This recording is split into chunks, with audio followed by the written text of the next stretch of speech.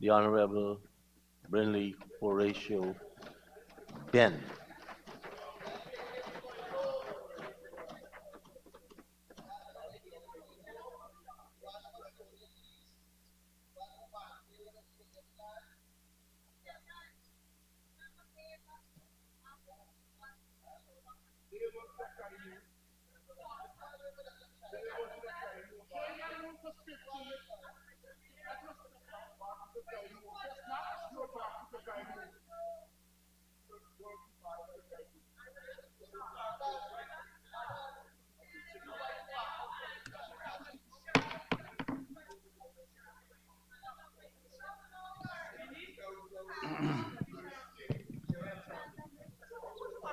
Thank you, Mr. Chairman and honorable members.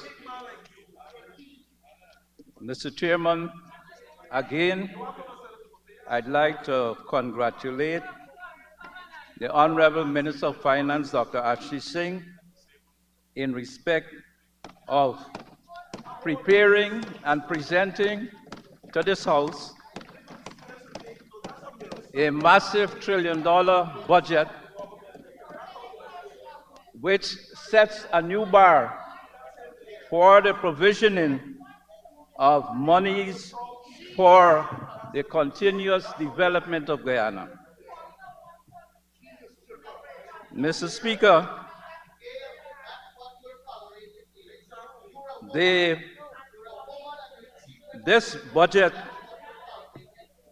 and the opportunity it presents was one which could only have been led on, Honorable Minister, have been presented. Honorable Minister, I need to caution the Honorable Mahipal. You can go ahead. You want to deal with the Honorable Minister, please, you could go outside.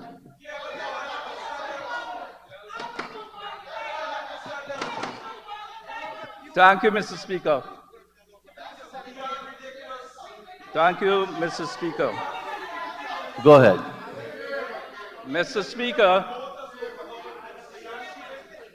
the reason that Ashley Singh presented a budget on behalf of the PPPC government back again in power is because the APNU AFC was dismissed by the people of Guyana. The people of Guyana dispatched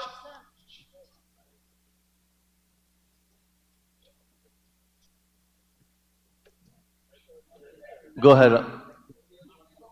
Thank you, Mr. Speaker. Mr. Speaker, the PPPC in government is back here because of the trust of the Guyanese people, because the Guyanese people rejected the attempts to steal our democracy, rejected their attempts to steal their votes, rejected their attempts. Minister, you have to withdraw the word steal. One time, two times. You can't impute. To take away, sorry, if I withdraw, to take away inappropriately the votes, undermine and damage our Constitution, and had in full view of the international media online the naked attempts to take away the votes, democracy of the Guyanese people. And here it is, again, the descent into perhaps madness, which I've complained about before in this House, when we skirmish on questions of the development of the country. Mr. Speaker,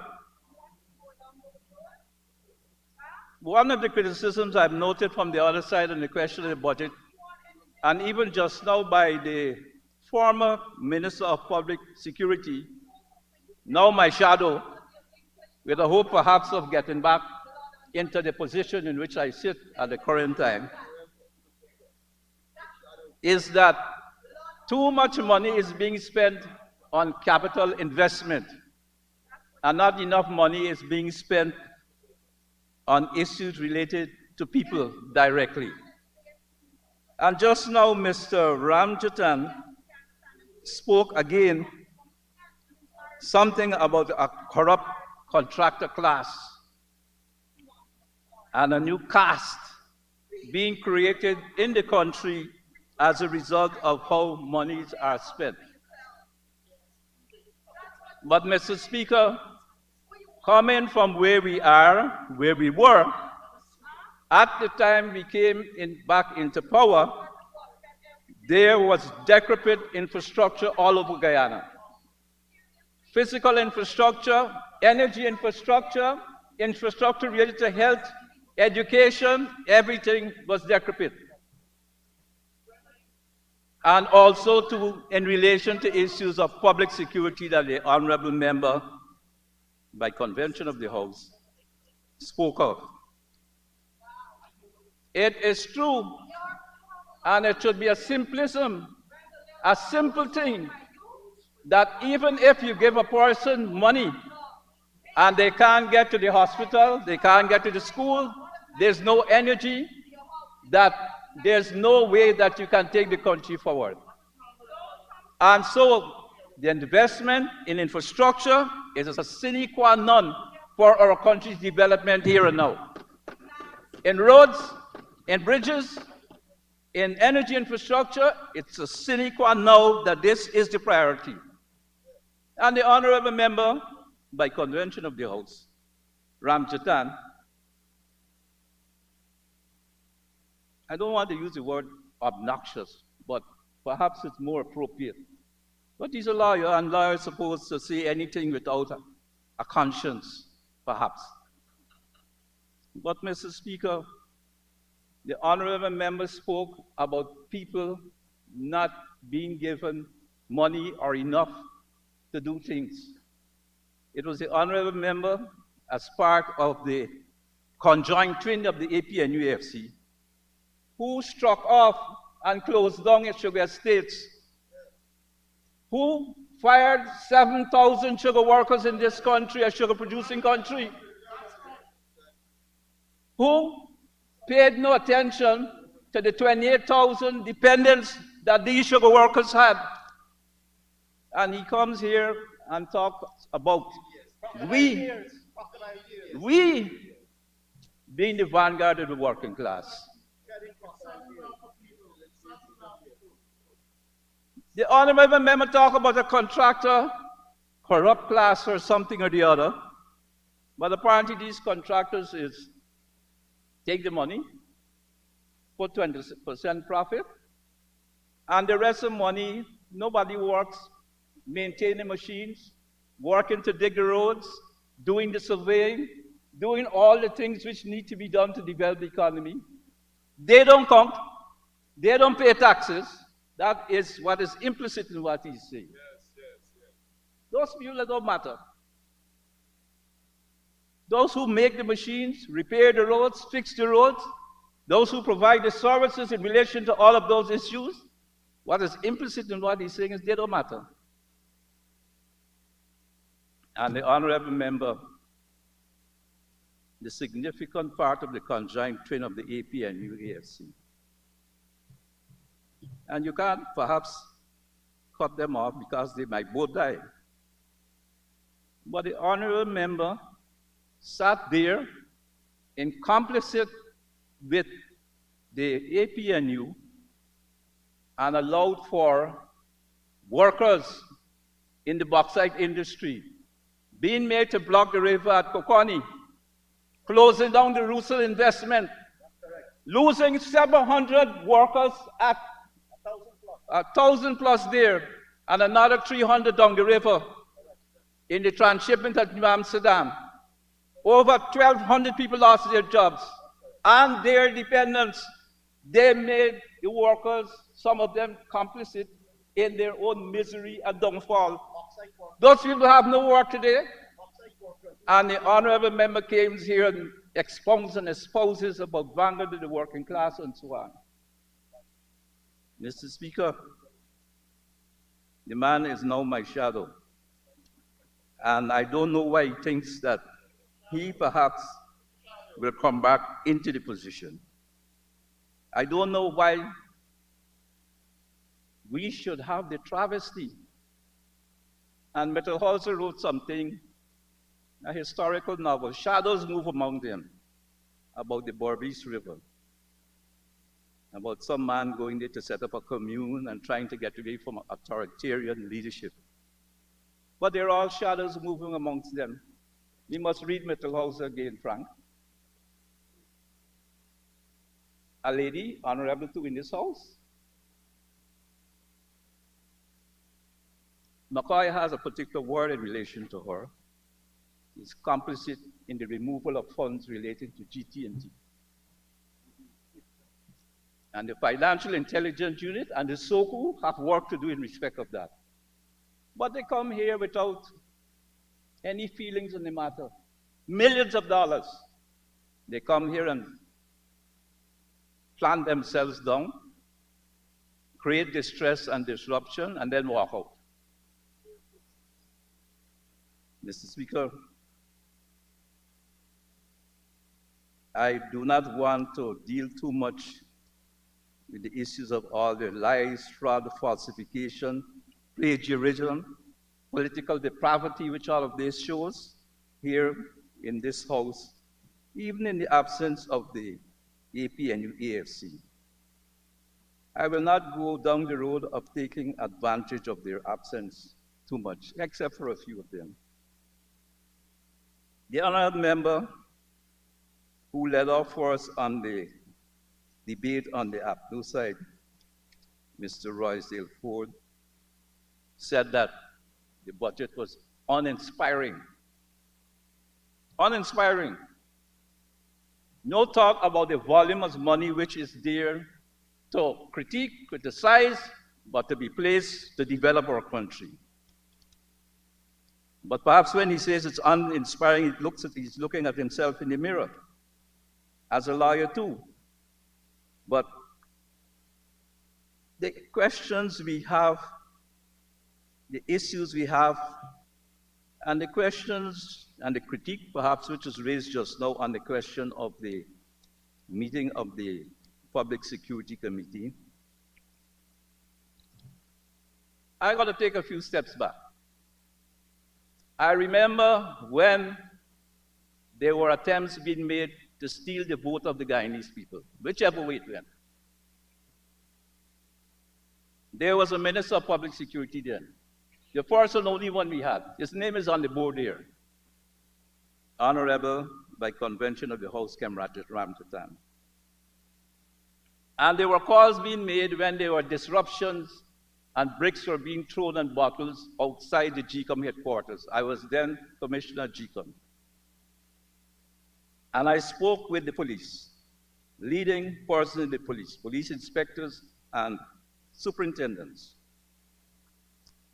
People were assaulted, bricks were thrown at them, and I went out to get it to stop. Of course, those people were PPP supporters, PPP supporters.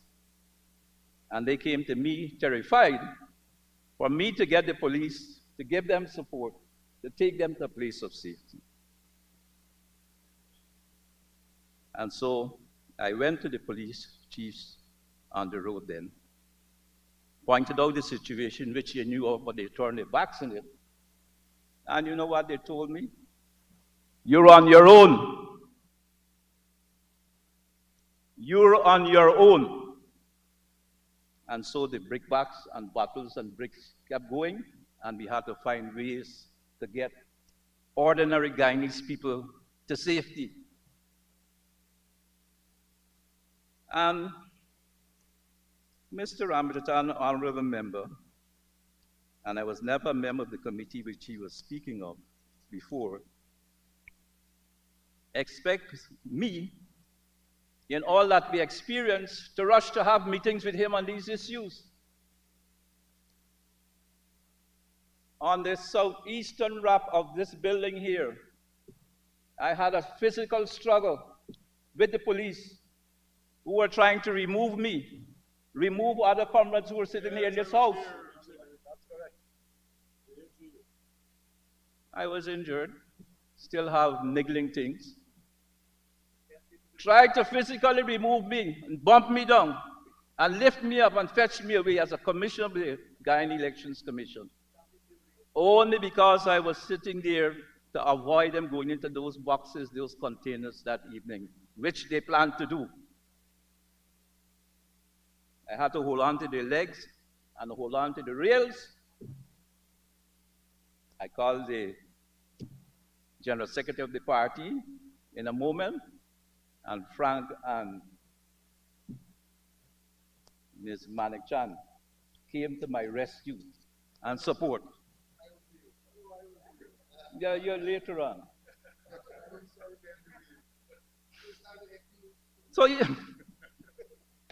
he wants me, when they have undermined the police forces, when they have confused the question of their loyalty, whether it's a constitution, conscient people, or to a political party. He wants me to not pay attention to bringing back us from that malaise, that inattention, that corruption, that lack of integrity which those forces have had in their minutes over the years of their misrule.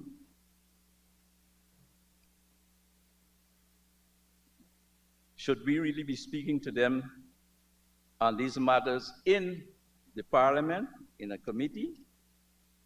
Or shouldn't they be in the courts, facing the judiciary on these issues in relation to the attempted takeaway, purloining of our democracy? And coming here sanctimoniously speaking to the public, to Guyanese young people about their wonderful exploits here in this house and in service as ministers in this country. They had practically destroyed, subsumed, corrupted the discipline services. It's only when the army commander then, when challenged on the issue, said that he will uphold the Constitution of Guyana. Brigadier Godfrey Bess, who deserves our commendation in this matter. The police could not be relied on. The rest could not be relied on. Many of them, if you look at their social media posts, even today you'll be shocked. No consideration for country, people, constitution, and democracy. And anyway, Ramjitan, the honorable member, is gone. I have advised him before that if he's going to make a contribution outside, either by taking a hit or going to the washroom, he should not flush because he might disappear.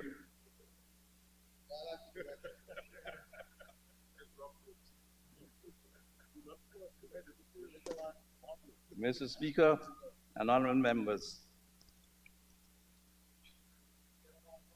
one day, the full and complete record of the disgrace that the APNU, AFC have brought this country and its constitution to will be clearly written, and it will be helped along much by what is done in the courts, and if not properly done, in the Caribbean Court of Justice.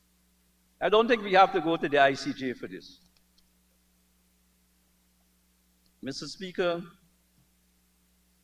I want to speak somehow on the challenges we have in our security sector, the total framing around the Guyana Police Force, the Guyana Prison Service, the Guyana Fire Service, the ministry's agencies, and the challenge we have, as we say, of increasing the peace in Guyana. Increasing the peace in Guyana. We cannot increase in Guyana with that group because they are not a reliable partner. They don't understand or want to understand constitutional democracy. They are, in other words, insurrectionists. Insurrectionists. Perhaps more of the Trumpian kind. And they had the TSU chasing out us from the center in town there, in the Ashman building. The TSU came with their guns and their things and chased us out. And now they're suddenly a reliable partner. Now they love people. We'll get to the point somehow when they change some of the people they have. We'll get to the point somehow if they get a reset in respect of their way of thinking. We'll get to the point somehow where they actually respect other Guyanese people.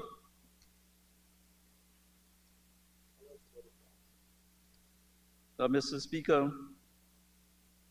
I want to go first to the questions of the Guyana Fire Service because it has some public interest at the moment.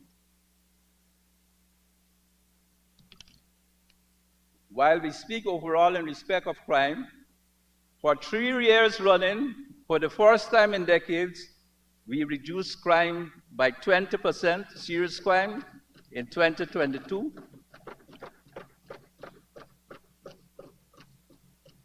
Same in 2021 before that, and in 2023 by 17%. In Guyana, in spite of all the bad things you see happening, it is true that murders increase. It is true that we have an increase in domestic murders. It is true that we have disorderly murders, which are creating a great burden of the police force and the communities which they secure. But overall, crime continues to drop, to decline under the PPPC in government. In our manifesto, we talked about less crime and safer communities. In respect of the Guyana Fire Service and coming out of the total issues of COVID, we have had great challenges. The great challenges relate to a larger number of fire calls. In 2022, we had 1,480 calls. In 2023, 4,181 calls, a 182% increase in calls relating to responses to fire. We have had, along with it, complete damages of buildings, businesses, motor cars, government properties, and so on. We have had the great sorrow of the tragic event at Madja, where we lost 24 young people. And those young people come mainly from the most stressed part, quality of our Guyanese people, our indigenous community. In the review of the matter, President Mohammed Irfan Ali established a commission of inquiry, a presidential commission of inquiry into the May 20th, 2021 23 fire. There were reports made in respect of the responsibilities of the various agencies who revolved around some responsibility in relation to the question of the fire. It is true that when Honorable Member Ramtatan was Minister of Public Security, he did receive a report which stated that the issues in relation to the dormitories in the interior had to be resolved. That Minister of Public Security who is now not here. Later on, there were reports to the Ministry of Education commissioned by the Honorable Priya Manik Chan in relation to the responses, in relation to investing in safer school buildings and investing in better dormitories. And I'm sorry Mr. Ramatan is not here because he was one of those who was cutting the budget, cutting the budget, cutting the budget when we were in the previous government to cut down investment in health, education, public security. That same fellow, but he knows when to escape. I want to say, not simply in defense of the Guyana Fire Service, cut and run, that the Guyana Fire Service, under the protocols established, haven't given the reports in respect of doing improvements in relation to fire service, fire safety, does not have the responsibility or did not have the responsibility to do those things themselves. It is incumbent on the house owner, of the owner of the building, of whoever is the agency which owns the building to put those things in place for follow-up inspections by the Guyana Fire Service. It is true that there were inadequacies in relation to, one, a fire call which was a delayed fire call. The building was well alight by the time the fire service got there. And also, there was the question of them being able to break into the building even when they arrived. And there was questions of how best to treat with the children when they did rescue children from the building. And I want to say, in spite of all of that happened, the Guyana Fire Service personnel rescued persons from the building, children.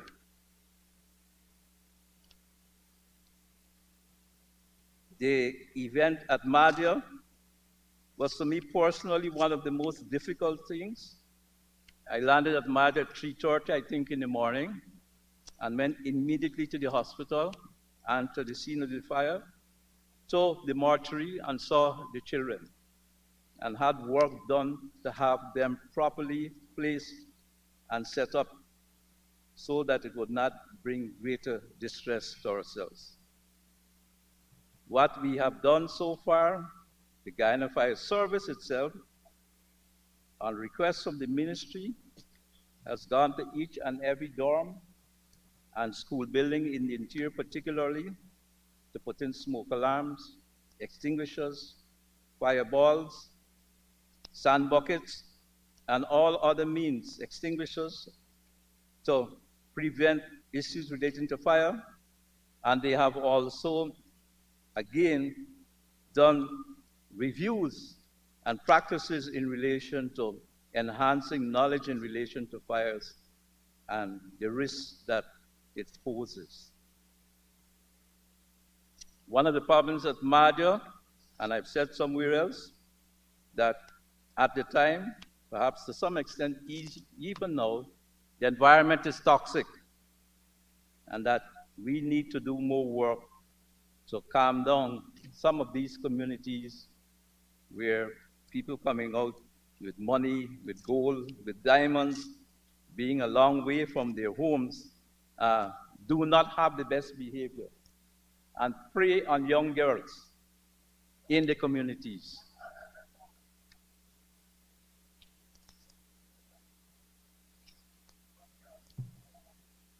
Mr. Speaker,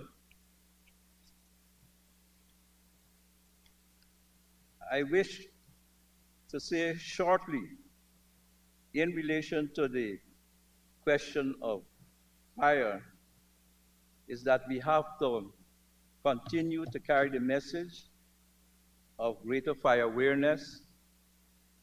We have to advise that once a fire starts in the building, given the nature of the materials of the building, if it's an old house now, and if you have a lot of blinds and sponge material in the house, within 5 to 7 minutes maximum, the house is lost. And if you can't get out of that in that period of time, you might be severely injured or you may die. And so the overall question of fire safety is a particularly important one for us. We are investing more and more in relation to fire protection. We are buying new vehicles, water carriers. We are buying a new fireboat in relation to the amount of work and the response thereto being done on the harbor in Demerara and for other places. We are looking at putting in place new fire stations. We have just completed one at Wales, and we anticipate looking at more fire station emplacements throughout the country. There's rehabilitation work going on at the fire station at West Ramveld. There's work going on in relation to acquiring new fire units. We bought a new crash tender for the Ogle fire station, and we have also made a new building for that fire station. We are working with Angloco of the United Kingdom in relation to getting a complete new set of fire trucks along with the requisite spares because maintenance is indeed a problem. And I remember while we talk about that Minister Manichan and I went to a fire just after we came to government, the multilateral school. The fire service then brought out 5 mobile pumps. None of them worked. Not one of them worked. That's what we inherited from Ramjatan.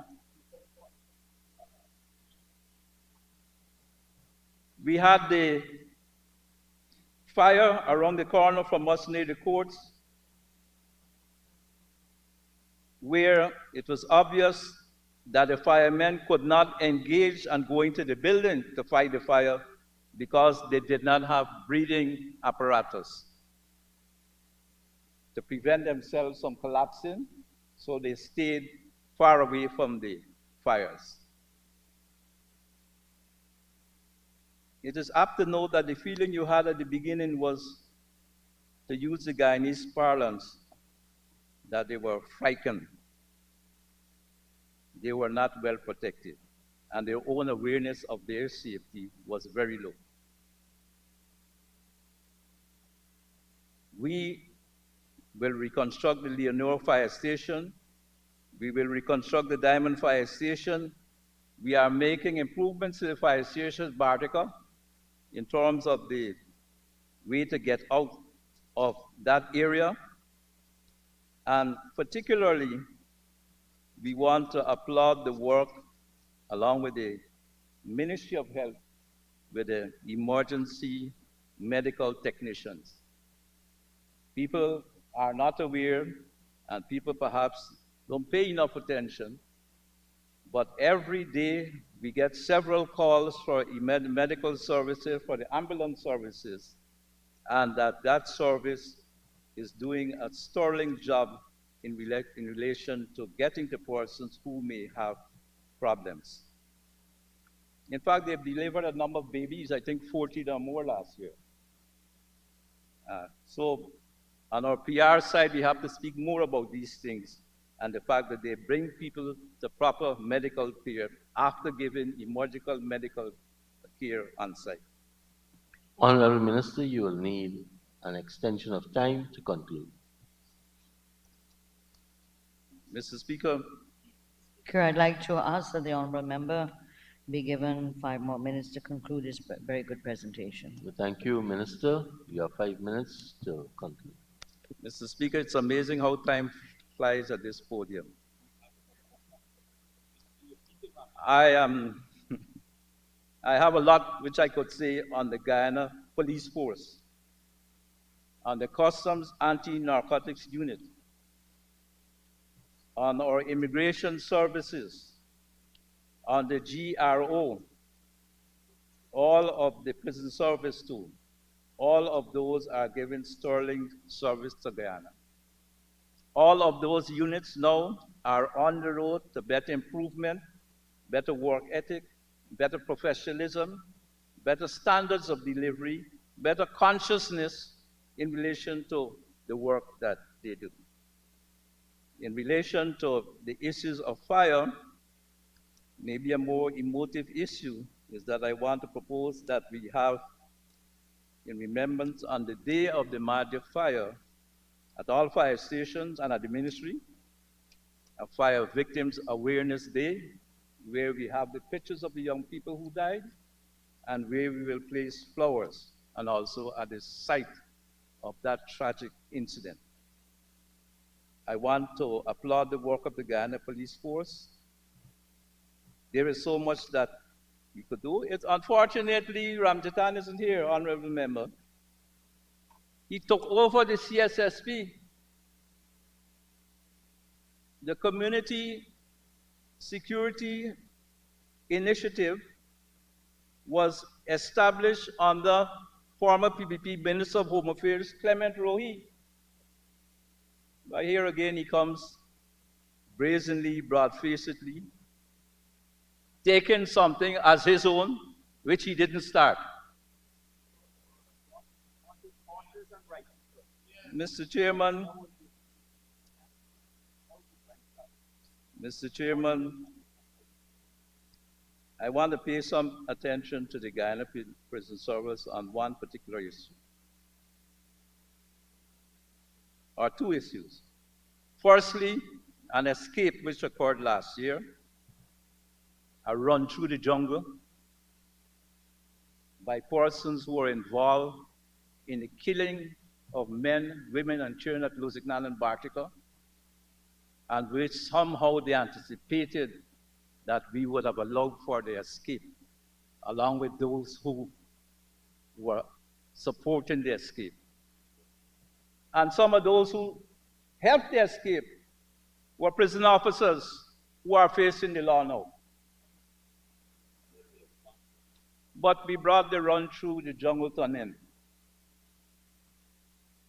And I want to call on the prison service publicly again, maximum vigilance. We put in cameras, we are making new prison buildings, and new prison schools, a new women's prison, a new vocational school, a new school for training of prisoners.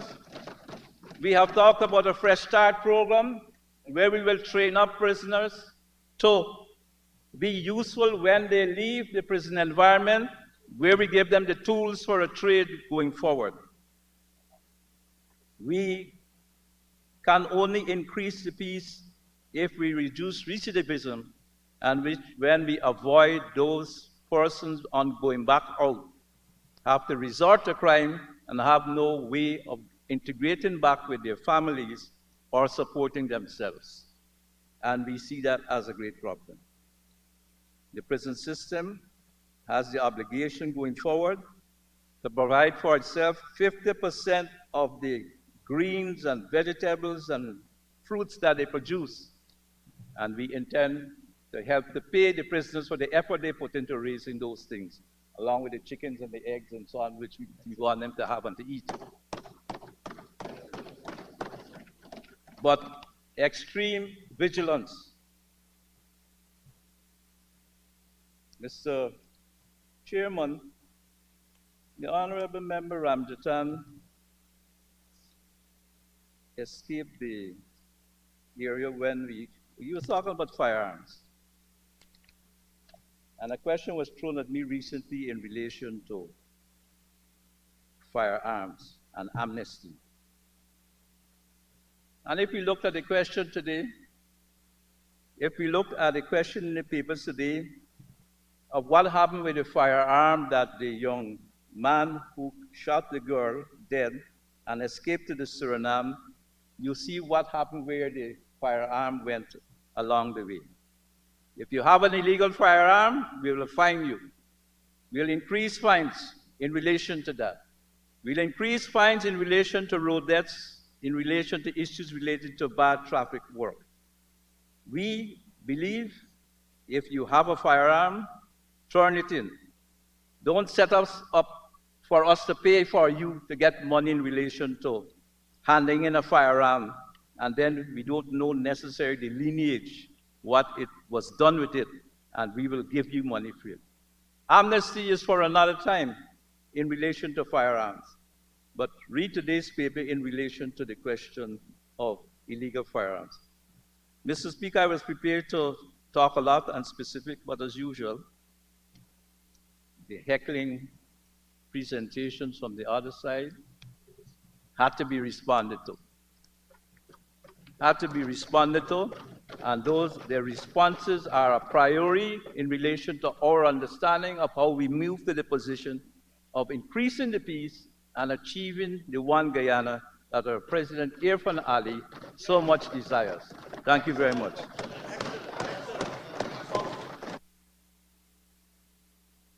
Thank you very much, Honorable